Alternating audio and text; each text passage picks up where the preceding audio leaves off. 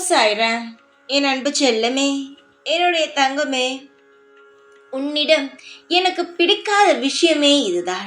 மற்றவர்கள் சொல்வதை காதில் வாங்கி கொண்டு அதை மனதில் நிறுத்தி கொண்டு எந்த ஒரு விஷயம் செய்தாலும் அதை முன்னாடி நிறுத்தி கொண்டு செய்யலாமா வேண்டாமா என்ற குழப்பத்துடனேயே வாழ்ந்து கொண்டு இருக்கிறார். மற்றவர்கள் உன் வாழ்க்கையை பற்றி தெரியாதவர்களோ தெரிந்தவர்களோ யார் வேண்டுமானாலும் இருக்கட்டும், உன் வாழ்க்கையை பற்றி எப்படி பேசினால் என்ன? நீ தவறாக இல்லை, நீ சரியான பாதையில்தான் நகர்ந்து கொண்டு இருக்கிறாய் என்பது உனக்கு தெரியும். உன்னை படைத்த இறைவனுக்கு தெரியும்.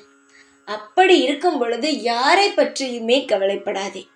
யார் பேசுவதையும் உன் மனதுக்குள் வைத்திருக்காதே. உனக்கு என்ன தேவை அதற்காக நீ உழைத்து கொண்டே இரு. நிச்சயமாகவே நீ உழைக்கும் விஷயம் உன்னை வாழ்க்கையில் உன்னை கம்பீரமாக உட்கார வைக்கும். நிறைய பேர் பேசலாம், ஆனால் உன் வாழ்க்கையில் ஒரு விஷயம் தேவைப்படுகிறது என்றால் யாரும் உதவவே மாட்டார்கள். அப்படிப்பட்ட உலகம்தான் இது.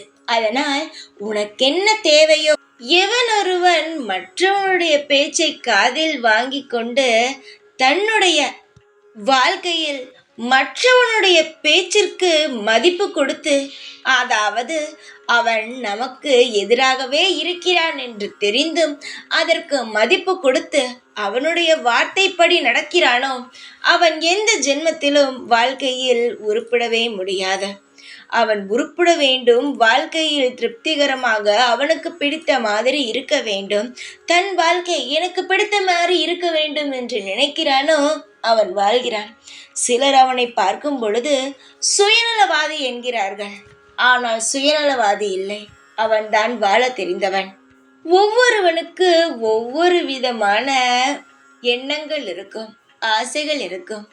அதனால் யார் யாருக்கு எப்படி பிடித்திருக்கிறதோ அப்படி வாழ்ந்து கொள்ளலாம். ஆனால் அதுவும் சரியாக இருக்க வேண்டும். புரிகிறதா? நீ என்னுடைய குழந்தை. ஒரு நாளும் தவறாக எப்பொழுதுமே எங்கும் செல்லவும் மாட்டாய். அப்படி இருக்கும் பொழுது ஏன் நீ மற்றவரை நினைத்து கவலைப்படுகிறாய்? உன்னுடைய ஆசைகள், ஏக்கங்கள் எல்லாமே எனக்கு நன்றாக தெரியும். கவலைகளை இறக்கி வைப்பேன், ஆசைகளை செய்து தருவேன்.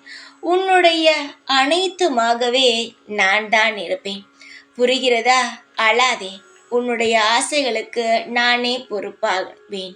மற்றவரை பற்றி நினைத்து கவலைப்படாமல் உன்னை பற்றி நீ நினைத்து உன் வாழ்க்கையில் என்ன செய்யலாம் என்று யோசி. நிச்சயமாக உன் வாழ்க்கையானது மாறும். மற்றவனானவனை தூக்கி எறி. உன்னுடைய வாழ்க்கையை உனக்குள் கொண்டு வா. நல்லதுதான் நடக்கும். வாழ்க்கையில் நீ நிம்மதியாக இருக்க வேண்டும் என்பதற்காகத்தான் ஒவ்வொரு நாளும் நான் போராடிக்கொண்டே இருக்கிறேன். நிச்சயமாக உன்னுடைய போராட்டத்திற்கும் என்னுடைய போராட்டத்திற்கும் உனக்கு ஒரு நல்ல எதிர்காலங்கள் உருவாகும். தைரியத்துடன் இரு. எப்பொழுதும் உன் கூடவே இருப்பேன். இந்த சாய்நாத். ஓம் சாய்ராம்.